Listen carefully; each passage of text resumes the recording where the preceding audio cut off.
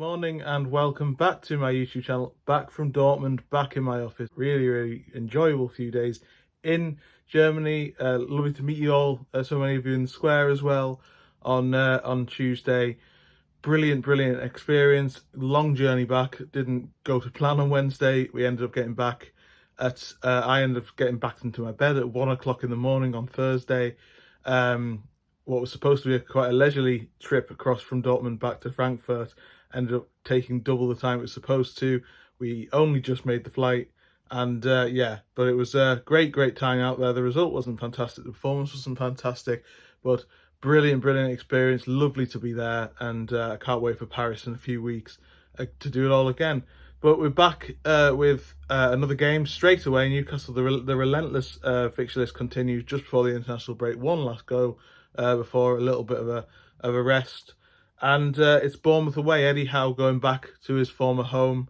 It probably won't be as emotional as it was last year because he got a really great reception. I at the time said it was like Kevin Keegan returned to Newcastle with Man City in the FA Cup in 2003. If you remember that, the reception he got was fantastic.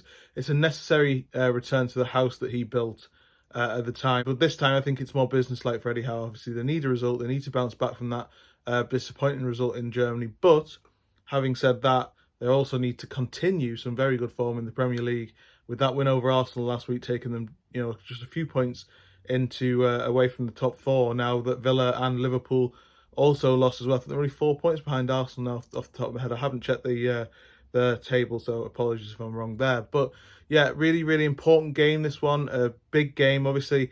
Bournemouth are struggling. I think they've only won one game this season. Andoni Iraola came in, quite a surprising appointment at the time to replace Gary O'Neill, and a lot of people thought Gary O'Neill was harshly treated at the time, and obviously he's gone and proved himself quite well at Wolves, as we know. But Bournemouth are going to be a tough proposition because Newcastle go into this game with injuries, as is well documented. The headline news from Eddie Howe's press conference this morning was that Callum Wilson is a doubt for the game with a hamstring problem. We knew that after Dortmund. He didn't allude to how long it would be, but he came up with a tight hamstring. It's unlikely that he's going to play a few days later, and that for me makes it unlikely that he'll join up with the England squad that he was named in yesterday. Obviously, we've seen Tottenham's James Maddison withdraw this morning already through injury. I think we might see the same for Callum Wilson. No return date yet for Sven Botman. It looks like that one could be a while. December for Harvey Barnes, but Botman probably will not be going away with the Netherlands. That's another week he can focus on his recovery. The same with Alexander Isak, not going away with Sweden. He should be back for Chelsea just after the international break, which is well timed given the Callum Wilson news, as I mentioned earlier. In terms of the game itself, I think, as I say, it's a tough one to call. There's a real chance that Newcastle can put some pressure on the top four. The thing that they've really dealt with quite well up until the Dortmund game is playing really well, despite their injuries. And I think the other thing that you've got to remember though is that there's no Bruno Guimaraes in this game because of a ban. Picked up a yellow card against Arsenal and was very lucky not to be sent off, as it's been quite well documented.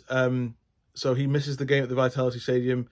I think the likelihood is that Willock probably comes in to replace him, but there's also an opportunity for Lewis Miley, who's recovered from glandular fever and was in the squad for Dortmund. He deserves an opportunity. He was obviously brilliant in pre-season. Other than that, I think Newcastle go into the game as you were in terms of injuries, battered, bruised, but defiant, and that's just been the way that they've been all season. I mean, you can't really write this team off because of the way that they went into Manchester United in the Cup and absolutely destroyed them 3-0 with a very weak inside with about 6 fullbacks in the team.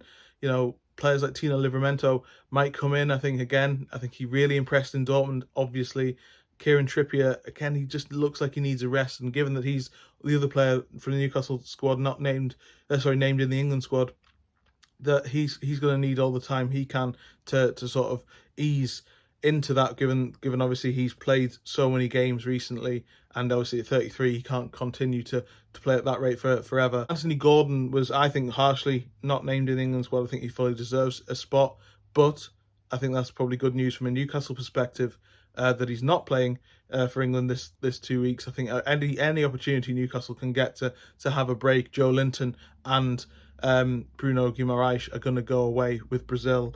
So there's going to be, and obviously I think Miguel Almiron, I haven't seen this, but I assume he's going to go away with Paraguay as well. So there's a lot of players, key players that ideally would have a rest, but are going to go away. And I think that means that, disappointing as it is from an England perspective, that Gordon isn't named in the squad. And I would put Sean Longstaff in that group as well.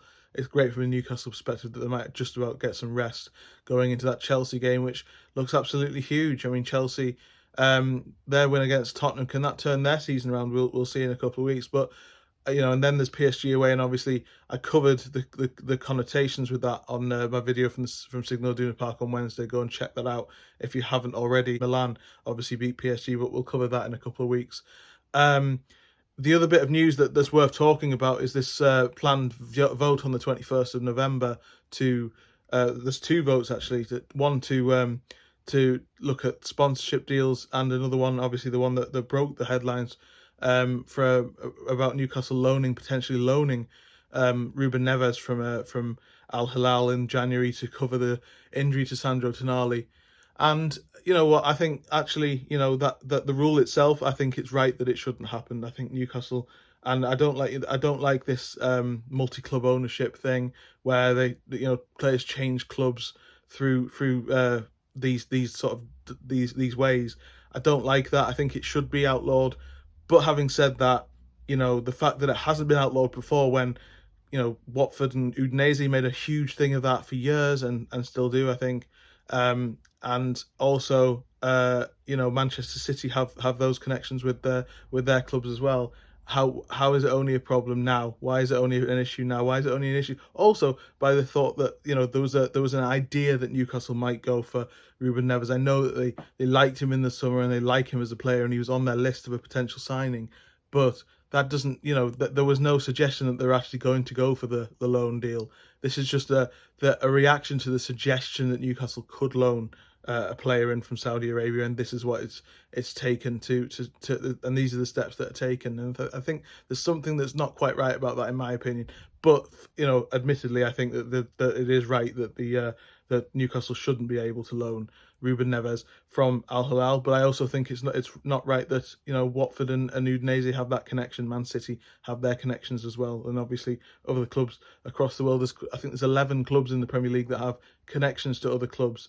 Partnerships with other clubs. So I think that there's something that there's a wider question to be asked about the timing of this. But no, I don't actually have an issue with the actual rule change. Let me know in the comments if you agree with that. I would love to have a debate about that, because I think there actually is a lot of conversation to be had. But Newcastle, as I say, go into this game battered and bruised after that Dortmund defeat. But I think it was just a game too far at the time. You can't go to a place like that, as I said on Tuesday. You can't go to a place like that and not be at your best and expect to get a result, especially when Dortmund are on the high, having beaten Newcastle 2 weeks earlier. It's a little bit difficult in the Champions League, but Newcastle in the Premier League are a very different proposition. I think they'll go into this one absolutely fine, and it's a great opportunity to go into another, end another group of games on a high. Newcastle have had problems away from home in a sense. Obviously, we were here before the last international break, looking at West Ham, and there was a 2-2 draw there. Late goal conceded at Wolves as well. So there is something to nip in the bud away from home in the Premier League. But Newcastle have shown their quality, especially putting teams that are struggling to the sword. As they did at Sheffield United a couple of months ago. So I have full confidence in Newcastle to get the result in this game. And then I think I'll take a little bit of a break, as I usually do for videos in the international break. Have a little time to recharge, and I'll be back for looking ahead to Chelsea, and then all over again flying out to Paris for the PSG game. Please continue to like, share and subscribe. To 143 subscribers, we're aiming to get to 150 as soon as possible, and even 200. So thank you very much for joining me, and I'll see you then.